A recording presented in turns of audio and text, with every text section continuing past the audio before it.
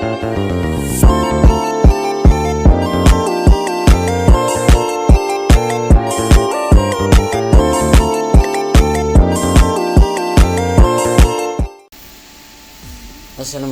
warahmatullahi wabarakatuh. Perkenalkan, nama saya Muhammad Muhammad dengan NIM 24 Nah, di sini saya akan membahas tentang penyusunan calon konsumen potensial, problem konsumen potensial, potensi pasar, analisis pasar, pangsa pasar termasuk TAM Samsung, dan analisis kompetitor. Untuk yang pertama yaitu ada calon konsumen potensial. Pada format P2MW, bagian calon konsumen potensial harus memuat 3 hal penting, yaitu 1. Siapa target utamanya, 2. Karakteristiknya, dan ketiga, alasan kita memilih segmen tersebut. Untuk usaha kami yaitu ada Potawits. Hasil analisisnya sebagai berikut. Segmen pertama yaitu mahasiswa dengan usia 16-22 tahun, dengan aktivitas padat sehingga sering skip sarapan, lalu butuh makanan sehat, praktis dan terjangkau, lalu cocok dengan konsep roti kentang sehat. Segmen yang kedua yaitu pekerja muda dengan rentan umur 23-30 tahun. Segmen ini mobilitasnya tinggi, mencari makanan cepat, higienis dan bergizi, lalu tidak sempat masak. Untuk segmen yang ketiga yaitu keluarga muda dan konsumen diet 30-40 tahunan. Segmen ini peduli gizi dan pola makan, lalu butuh makanan praktis untuk anak atau bekal, dan suka produk dengan kalori terkontrol.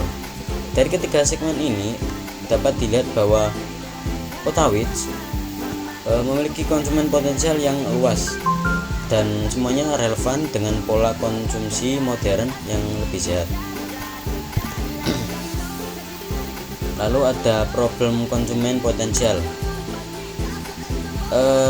Problem konsumen potensial ini ada 5. Nah, pada format P2MW harus menjelaskan poin-poin utama yang memicu kebutuhan konsumen terhadap produk kita, serta relevansinya dengan data lapangan, biasanya melalui wawancara atau kuesioner. Nah, kami ini mengambilnya dari hasil kuesioner.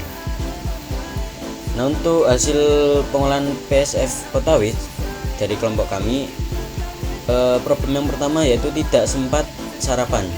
Mahasiswa dan pekerja muda punya jadwal padat, jadi butuh solusi cepat. Lalu ada problem kedua yaitu menu sarapan monoton. Nah, mereka ini bosen gitu dengan menu sarapan yang monoton. Biasanya adanya roti biasa, terus nasi atau mie. Butuh makanan baru yang lebih sehat dan variatif, makanya bisa kita penuhi. Nah, problem yang ketiga yaitu harga makanan sehat yang mahal. Makanan healthy food atau makanan sehat premium itu tidak terjangkau oleh mahasiswa, makanya kita menyediakan. Yang problem keempat, konsumen diet butuh kejelasan komposisi. Nah, kami menyediakan kejelasan komposisi tersebut.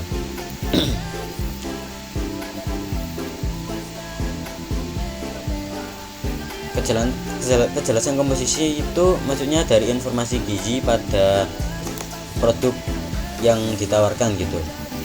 Nah, ini kan minim dari problem konsumen. Nah, problem yang kelima yaitu akses makanan sehat di kampus itu terbatas. Nah, mayoritas yang dijual adalah gorengan atau makanan tinggi minyak. Nah, semua problem ini menjadi dasar kenapa Potawits layak dikembangkan. Nah, selanjutnya yaitu potensi pasar.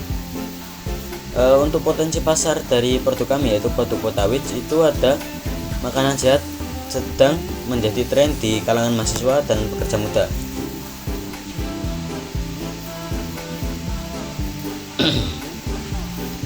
Konsumsi makanan sehat meningkat, terutama mahasiswa dan para pekerja.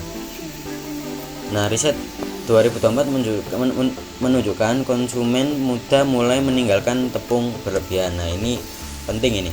Lalu ada makanan rendah gluten dan rendah gula, itu sangat diminati. Lalu perilaku konsumen, banyak konsumen mulai menghindari tepung berlebihan. Nah, yang tadi. Lalu ada kentang memiliki indeks glikemik lebih rendah dan lebih mengenyangkan. Lalu hasil kuesioner menunjukkan minat besar pada menu sehat yang praktis. Lalu di lingkungan kampus pilihan makanan sehat sangat minim. Nah, berarti menunjukkan peluang besar dari produk kami.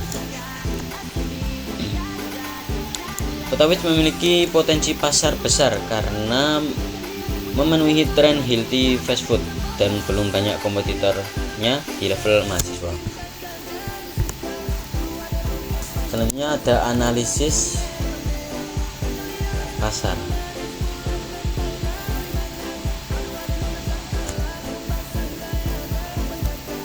Ini hampir sama dengan potensi pasar, yaitu tadi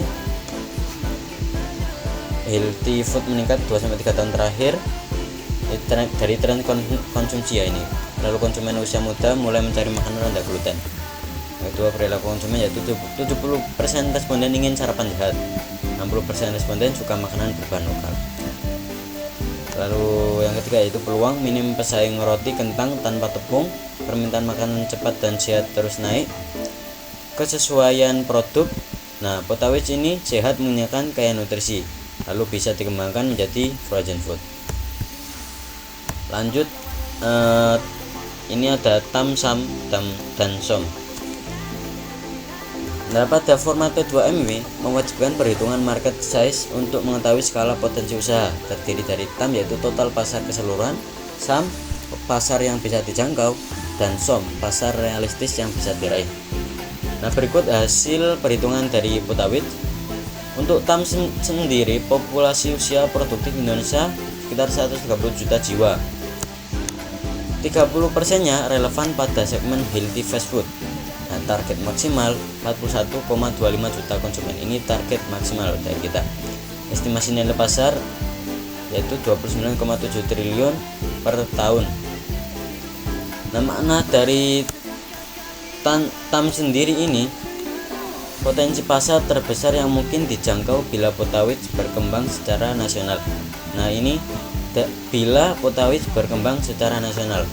Lalu ada SAM, yaitu Serviceable Available Market. Nah, populasi usia produktif Jawa Timur itu sebesar 20,35 juta jiwa. 30%-nya sesuai segmen Potawis. Nah, potensi pasar dari Potawis sendiri yaitu 6,1 juta konsumen. Nilai pasar sebesar 4,39 triliun per tahun. Dilanjut ada SOM. Target realistis 3 tahun dari Potawis ini. Tahun pertama kita menjual di Bangkalan sekitar sini, target sebesar 1.500 konsumen, potensi pendapatan sekitar 1,8 M, lumayan. Tahun kedua Surabaya yaitu target 12.000 konsumen, potensi pasar sekitar 8,6 M. Tahun ketiga Jawa Timur target 122.000 konsumen, potensi pendapatan sekitar 87 M. Nah, makna SAM sendiri yaitu pasar realistis dapat dijangkau Potawis pada tahap perkembangan awal sampai menengah. Nah, makna SOM, perkiraan pasar yang benar-benar dapat dikuasai berdasarkan kapasitas produksi dan distribusi. Ini ada kompetitor langsung dan tidak langsung. Kompetitor langsung sendiri yaitu ada Subway, Sandwich Factory, dan UMKM roti sehat menengah, sehat lokal. Bagian kompetitor dalam format P2MW wajib berisi kompetitor langsung, kompetitor tidak langsung, kelebihan dan kekurangan mereka, positioning kita, ada pembeda utama, lalu Subway sendiri kelebihannya brand kuat, menu beragam, kekurangan sendiri harga tinggi, roti berbasis tepung. Untuk Sandwich Factory kelebihan kualitas bagus, kekurangan tidak cocok mahasiswa karena mahal. UMKM roti sehat lokal kelebihan bahan segar, kekurangan inovasi terbatas tidak unik. Lalu ada kompetitor tidak langsung yaitu gorengan murah tapi tidak sehat. Lalu ada roti selai kemasan, Roti selai kemasan ini tidak mengenyangkan, kurang lah. Lalu ada burger dan fast food. Nah, burger dan fast food praktis tapi tinggi minyak dan gula. Sekian, terima kasih penjelasan pertemuan keempat dari mata kuliah perencanaan bisnis. Apabila saya ada salah kata, saya mohon maaf sebesar-besarnya. Assalamualaikum warahmatullahi wabarakatuh.